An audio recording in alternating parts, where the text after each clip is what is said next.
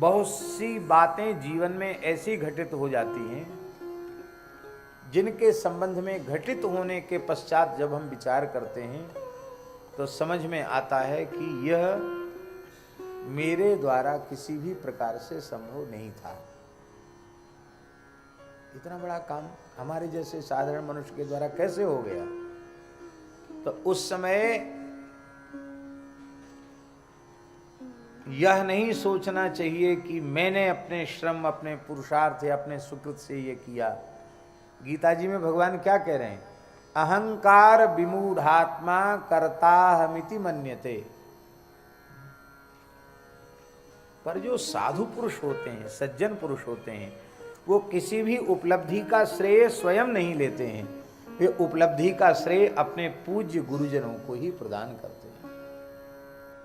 इसमें एक बहुत बड़ी बात है कि स्वयं अहंकार से व्यक्ति बच जाता है। हमारे पूज्य गुरुदेव भक्तमाली जी कहते थे, अहंकार किसी काम में नहीं आता। महाराज जी कहते थे अहंकार किसी काम में नहीं आता। किस काम में आता है? तो महाराज जी कहते जैसे बनी बनाई खीर में कोई मिट्टी का तेल डाल दे, केरोसिन डाल दे, तो क्या होगा खीर का? है? खीर खाने की तो बात दूर रही, खीर सूंघने के योग्य भी नहीं रह जाएगी। ऐसे ही मनुष्य के जीवन की जितनी उपलब्धियां हैं विशिष्ट, उनमें वो तो खीर के जैसी हैं और उनको मिट्टी के तेल जैसा अग्राह्य बना देता है अहंकार। इसलिए अहंकार कभी नहीं करना चाहिए। और अहंकार से बचने का साधन यही है कि हम निरंतर गुरु गोविंद की कृपा का अनुसंधान करें। हमने जो कुछ किया भगवान की कृपा से किया। और देखिए ये बात बिल्कुल सत्य है, हम जो कुछ कर रहे हैं वो भगवान के अनुग्रह से ही कर रहे हैं। उपनिषद में एक आख्यायिका है कि त्रिलोक विजय का अभिमान देवताओं को हो गया था, तो भगवान ने कृपा पूर्वक उसे नष्ट करना चाहा और एक विलक्षण तेजोमय यक्ष के रूप में भगवान प्रकट हो गए। और इंद्र को बड़ा कौतूहल हुआ कि है क्या चीज, इतनी विचित्र क्या है। तो सबसे पहले उन्होंने कहा भाई कौन पता लगाएगा इसका? अग्नि बोले हम लगाएंगे, क्योंकि अग्निम ईड़े पुरोहितम, ये तो पुरोहित हैं। सबसे पहला ऋग्वेद का मंत्र अग्नि शब्द से ही आरंभ होता, अग्निम ईड़े पुरोहितम देवस्य ऋत्विजम। तो ये जातवेदा हैं, अग्नि हैं, अग्नि महाराज ने। उन्होंने वही अहंकार वाली युक्ति की। उस तेजोमय परमात्मा ने पूछा कस्त्वम, तू कौन है? ये नहीं कहा कि महाराज जी आपका परिचय क्या, ये सब नहीं कहा। कस्त्वम, तू कौन है? तो वो तो बड़े अहंकार में गए थे अग्नि। उनको लगा कि हमारा बड़ा भारी अपमान हुआ। अग्नि बोले अरे तुम जानते नहीं हमको, जातवेदा मैं अग्नि हूं। गुरुजी जातवेदा शब्द का बड़ा सुंदर अर्थ महाभारत में लिखा है। महाभारत में लिखा है वेदास्त्वदर्थम जातावई जात वेदा ततो ह्यसि। बहुत ऊंची बात। वेदाह त्वदर्थम जाताह, वेद हे अग्नि आपके लिए ही वेदों का प्रादुर्भाव हुआ, वेदों का प्राकट्य आपके लिए। क्योंकि वेदों का जो प्रयोगात्मक स्वरूप है वो यज्ञ के द्वारा ही चरितार्थ होता है। और यज्ञ अग्नि है, अग्नि स्वरूप ही तो है यज्ञ। चाहे स्मार्त यज्ञ करो तो, और श्रौत यज्ञ करो जिसमें वषटकार का प्रयोग होता है वो श्रौत यज्ञ होता है, जिसमें स्वाहाकार का प्रयोग होता है वो स्मार्त यज्ञ होता है। श्रौत स्मार्त किसी भी यज्ञ में अग्निस्थापन होता है। इसलिए वेदों का प्रादुर्भाव अग्नि के लिए। जात वेदास ततो यसी, वेदास त्वदर्थम जातावई जात वेदास ततो यसी। आपके लिए वेदों का प्रादुर्भाव हुआ है अग्नि, आप जात वेदा हो। क्या कर सकते हो तुम? अरे बोले क्या नहीं कर सकते, हम सारे तीनों लोगों को जला के खाक कर सकते हैं। तो भगवान ने एक कथा आपको सुन रखी होगी आप लोगों ने। भगवान ने एक छोटा तिनका, सूखा तिनका सामने डाल दिया, बोले इसको तुम जला के दिखाओ। अग्नि ने अपनी संपूर्ण सामर्थ्य का प्रयोग किया वो तिनके को जला नहीं सके, जलाने की बात क्या चले, गरम नहीं कर पाए उसको, कम से कम गरम तो कर देते। एकदम लज्जित होके अग्नि चले गए। वायु आए, कस्तम तू कौन है? बोले मातरिस्वाहा, मैं वायु मातरिस्वाहा।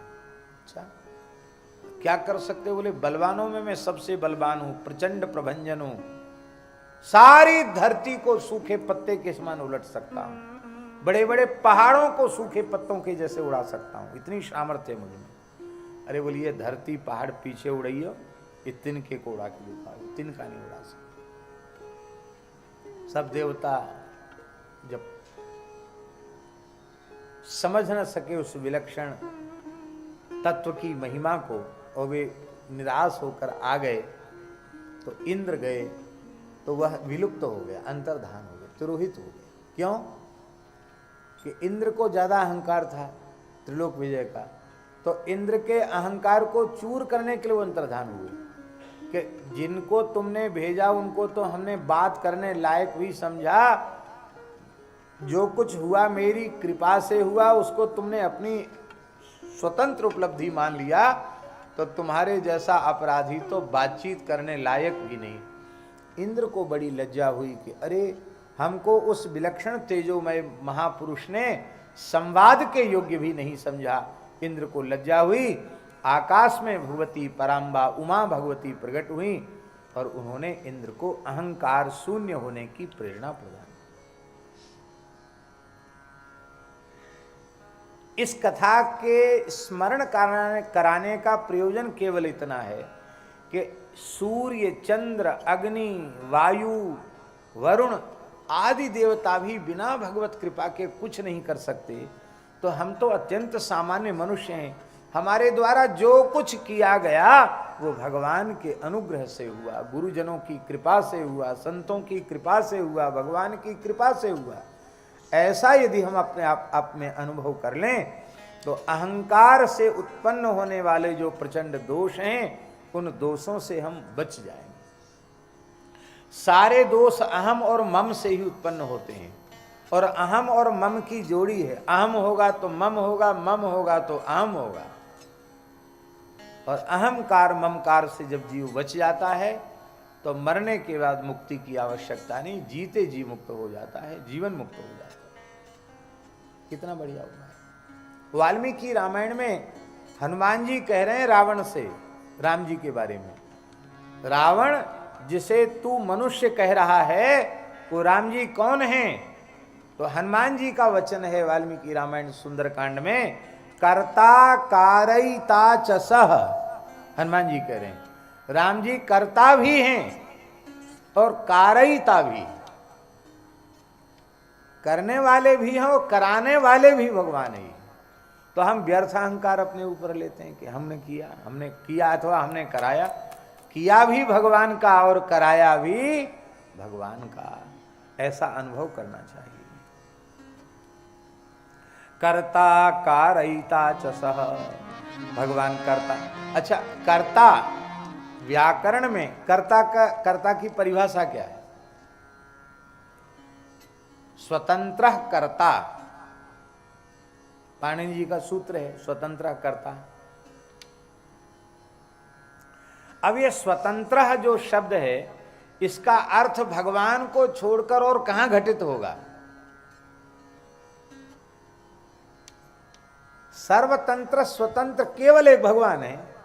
व्यवहार में भले ही हम किसी को कर्ता कह दें, लेकिन सच्ची बात है गुरुजी ने जैसा पढ़ाया है कि शब्द की अपर्यवसायी जो वृत्ति होती शब्दार्थ करने की, उस अपर्यवसायी वृत्ति का आश्रय जब हम लेंगे तो स्वतंत्र शब्द का अर्थ परमात्मा में ही जाएगा, क्योंकि स्वतंत्रता केवल भगवान में है। मद भयात वाति वातो सूर्यस्तपति मद भयात वर्षतीन्द्रो दहत्यग्नि मृत्युश्चरति मद भयात। सब कुछ भगवान के द्वारा हो रहा है। अब एक प्रश्न है कि जब कर्ता भगवान है और कारयिता भगवान है तो हमको फिर स्वर्ग नरक आदि क्यों भोगने पड़ते हैं? कोई पूछ सकता है ये बात?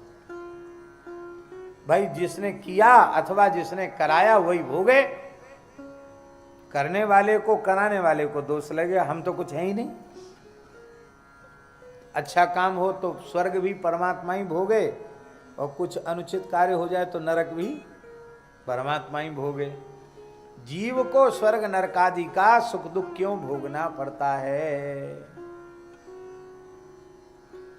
बड़ा जटिल प्रश्न है ये, और इसकी आड़ में लोग बहुत ऊटपटांग काम करते हैं। लोग कहते हैं अरे ये सब करने कराने वाले भगवान है, भगवान की इच्छा से कर दिया। ऐसा भी लोग कह देते हैं करने वाले लोग। पत्ता भी बिना भगवान की इच्छा के नहीं हिलता, तो जो कुछ हुआ भगवान की इच्छा से हो गया। इसमें भी क्या है विशेषता भैया जी, अच्छा काम तो हमारे द्वारा हो गया, हमारी इच्छा से हो गया, और कुछ गड़बड़ हो गया तो भगवान की इच्छा से हो गया। तो ये भेद क्यों रखते हो कि अच्छा तो हमने किया और जो अनुचित हो गया वो भगवान की इच्छा से हो गया? ऐसा क्यों सोचते हो? सच्ची बात यह है कि जिस क्षण जीव हृदय से यह स्वीकार कर लेगा कि भगवान कर्ता भी हैं और कारयिता भी हैं, उसी समय वह पुण्य पाप की जंजीर से मुक्त हो जाए। फिर वह भगवान के हाथ का खिलौना बन जाएगा, भगवान के हाथ का उपकरण बन जाएगा। फिर भगवान ही उसके शरीर के द्वारा कार्य करेंगे, वह व्यक्ति कार्य करने वाला नहीं होगा। महापुरुषों के द्वारा भगवान ही काम करते हैं, भगवान का उपकरण बन जाते हैं महापुरुष, और भगवान उनके द्वारा बड़े बड़े कार्य कर देते हैं। पुण्य पाप के बंधन में नहीं रहते। इस प्रकार का जैसे विश्वास है कि भगवान कर्ता भी हैं और कारयिता भी हैं, ऐसा विश्वास जिस भाग्यशाली जीव को हो जाता है, निषिद्ध आचरण जागृत की तो चले क्या, स्वप्न में भी उसके द्वारा निषिद्ध आचरण नहीं होगा।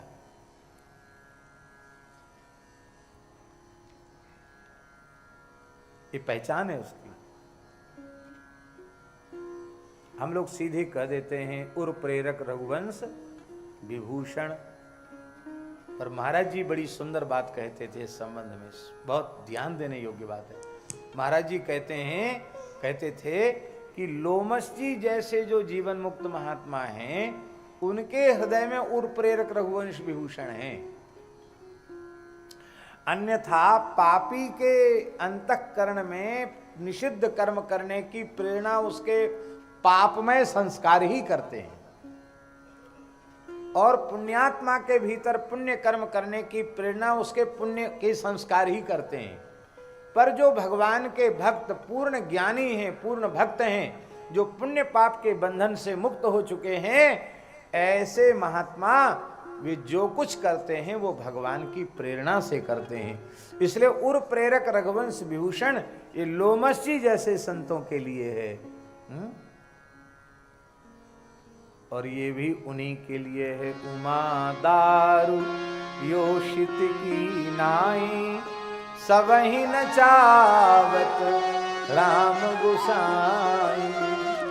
वो भी उन्हीं के लिए है जो भगवान के हाथ की कठपुतली बन गए हैं। भगवान के हाथ की कठपुतली नहीं बने तो तुमको जो तुम करोगे वही तुम्हें भोगना पड़ेगा।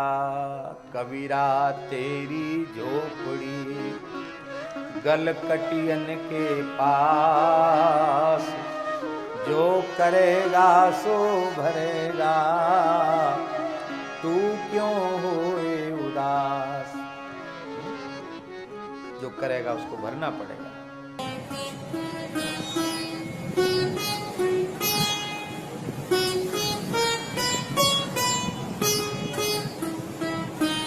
श्री सीताराम प्रतिदिन सत्संग एवं दर्शन के लिए श्री महाराज जी के ऑफिशियल चैनल को जरूर सब्सक्राइब करें।